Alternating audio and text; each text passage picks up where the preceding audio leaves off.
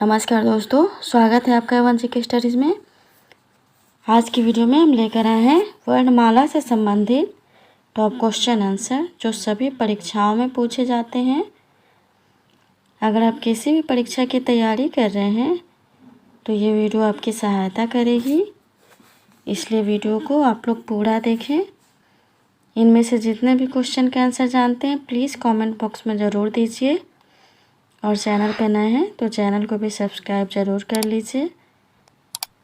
चलिए आगे बढ़ते हैं। आज का आपका पहला सवाल है, भाषा की सबसे छोटी इकाई कौन सी है? आपके ऑप्शन से ए शब्द, बी व्यंजन, सी वर्ण, डी स्वर। बताइए। सही जवाब है ऑप्शन सी वर्ण। भाषा की छोटी इकाई वर्ण है। अगला सवाल, हिंदी में वह कौन सी ध्वनियाँ हैं जो स्वतंत्र रूप से बोली या लिखी जाती हैं? आपके ऑप्शन हैं ए स्वर, बी व्यंजन, सी अक्षर, डी वर्ण। बताइए। सही जवाब है ऑप्शन ए स्वर। स्वर ध्वनियाँ ऐसी हैं जो स्वतंत्र रूप से बोली या लिखी जाती हैं।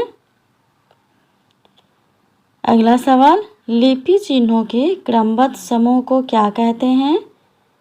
आपके ऑप्शन से ए अक्षर, बी वर्ण, बी वर्ण समूह, डी वर्णमाला। सही जवाब है ऑप्शन डी वर्णमाला। लिपि चिन्हों के क्रमबद्ध समूह को वर्णमाला कहते हैं। अगला सवाल, प्रत्येक वर्ण का प्रथम एवं द्वितीय वर्ण किस प्रकार के हैं? आपके ऑप्शन हैं ए नाद, बी अघोष, सी सघोष, डी इनमें से कोई नहीं। सही जवाब है ऑप्शन बी अघोष। प्रत्येक वर्ण का प्रथम एवं द्वितीय वर्ण अघोष व्यंजन है। अगला सवाल, निम्न में से कंठ ध्वनियाँ कौन सी हैं? आपके ऑप्शन से ए क ख, बी य र, सी च ज, डी ट ड। सही जवाब है ऑप्शन ए क ख। क वर्ग की सभी वर्ण कंठ ध्वनियाँ हैं। अगला सवाल, वर्णों को क्रमपूर्वक अलग करना क्या कहलाता है? आपके ऑप्शन से ए वर्ण क्रम, बी व्यंजन क्रम, सी संधि विच्छेद, डी वर्ण विच्छेद। बताइए। सही जवाब है ऑप्शन डी वर्ण विच्छेद। वर्णों को क्रमपूर्वक अलग करना वर्ण विच्छेद कहलाता है। अगला सवाल है, तालव्य महाप्राण घोष वर्ण कौन सा है? आपके ऑप्शन से ए घ, बी य, सी झ, डी छ। सही जवाब है ऑप्शन सी झ। तालव्य व्यंजन, इसका उच्चारण तालु से होता है जो च वर्ग के व्यंजन है। महाप्राण होते हैं प्रत्येक वर्ग का दूसरा और चौथा व्यंजन, और प्रत्येक वर्ग का तीसरा, चौथा और पांचवा व्यंजन घोष वर्ण होते हैं। अगला सवाल, इनमें से किसका उच्चारण स्थान दंत्य है? आपके ऑप्शन से ए ग, बी प, सी त, डी च। बताइए। सही जवाब ऑप्शन सी त। त वर्ग का उच्चारण स्थान दंत्य है। ग क वर्गीय है जिसका कंठ उच्चारण स्थान है। प का ओष्ठ उच्चारण स्थान है, और च का उच्चारण स्थान तालव्य है। ध्यान रखिएगा। चलिए आगे बढ़ते हैं। अगला सवाल, कौन सी दो ध्वनियों को अयोगवाह कहते हैं?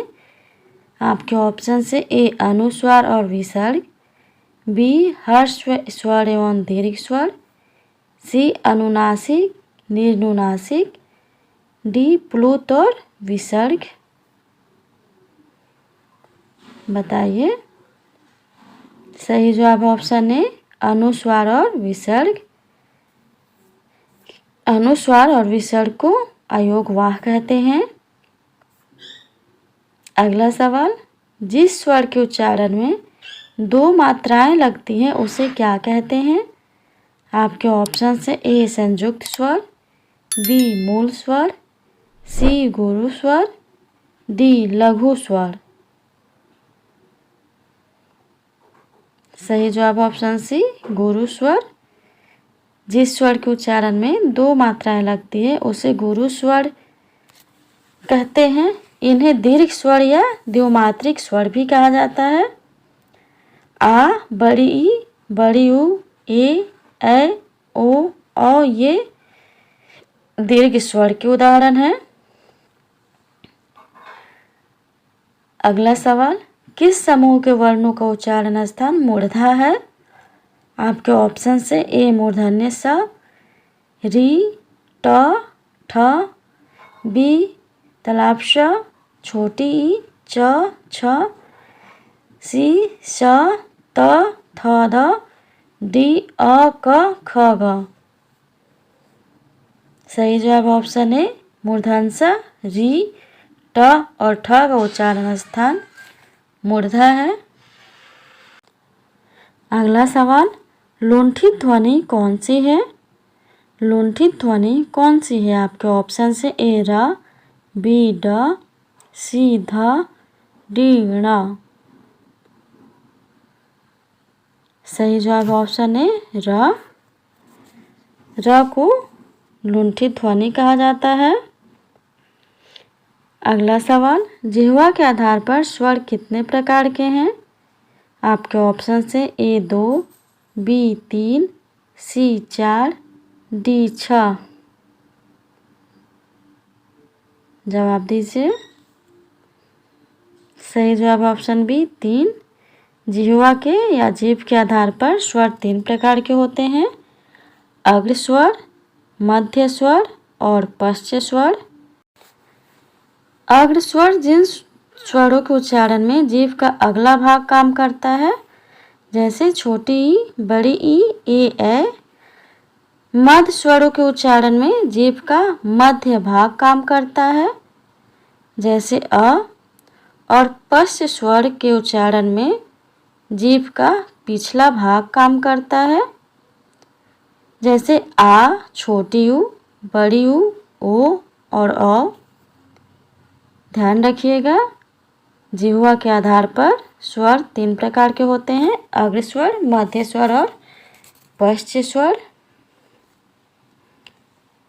अगला सवाल, निम्नलिखित में से कौन सा संयुक्त स्वर नहीं है?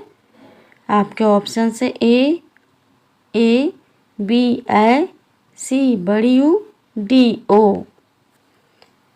बताइए इनमें से कौन सा संयुक्त स्वर नहीं है? सही जवाब है ऑप्शन सी बड़ी यू। हिंदी में संयुक्त स्वरों की संख्या 4 है, ए, ओ और औ।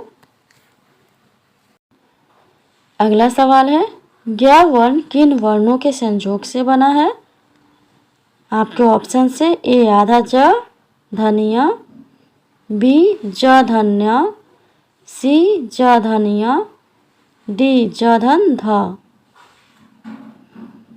सही जवाब है ऑप्शन ए आधा ज धन्य। ज्ञ वर्ण ज और य के संयोग से बना है। यह एक संयुक्त व्यंजन है जिसमें आधा ज और य मिलकर ज्ञ बनाते हैं। अगला सवाल, प्रयत्न के आधार पर ल किस प्रकार की ध्वनि है? प्रयत्न के आधार पर ल किस प्रकार की ध्वनि है? आपके ऑप्शन से ए पार्श्विक, बी उत्क्षिप्त, सी प्रकंपित, डी संघर्षहीन। सही जवाब है ऑप्शन ए पार्श्विक। प्रयत्न के आधार पर ल पार्श्विक ध्वनि है। अगला सवाल, स्पर्श व्यंजनों की संख्या कितनी है? आपके ऑप्शन से ए 33, बी 25, सी 28, डी 22। स्पर्श व्यंजनों की संख्या कितनी है? सही जवाब है ऑप्शन बी 25। स्पर्श व्यंजनों की संख्या 25 है। अगला सवाल, अनुनासिक व्यंजन कौन से होते हैं? अनुनासिक व्यंजन कौन से होते हैं? आपके ऑप्शन से ए वर्ग के प्रथमाक्षर, बी वर्ग के तृतीयाक्षर, सी वर्ग के चतुर्थाक्षर या डी वर्ग के पंचमाक्षर। सही जवाब ऑप्शन डी वर्ग के पंचमाक्षर। प्रत्येक वर्ग का पंचम अक्षर अनुनासिक व्यंजन होता है। अगला सवाल है, अक्षर वर्ण किसके योग से बना है? आपके ऑप्शन से क धन मूर्धन स, बी क धन च, सी क धन छ, डी क धन तालाब श। सही जवाब ऑप्शन ए क धन मूर्धन स, छ वर्ण क और मूर्धन स के संयोग से बना है। अगला सवाल, ए वर्ण क्या कहलाते हैं? ए वर्ण क्या कहलाते हैं? आपके ऑप्शन से ए नासिक्य, बी मूर्धन्य, सी ओष्ठ्य, डी कंठ तालव्य। सही जवाब ऑप्शन डी कंठ तालव्य। ए वर्ण कंठ तालव्य वर्ण कहलाते हैं।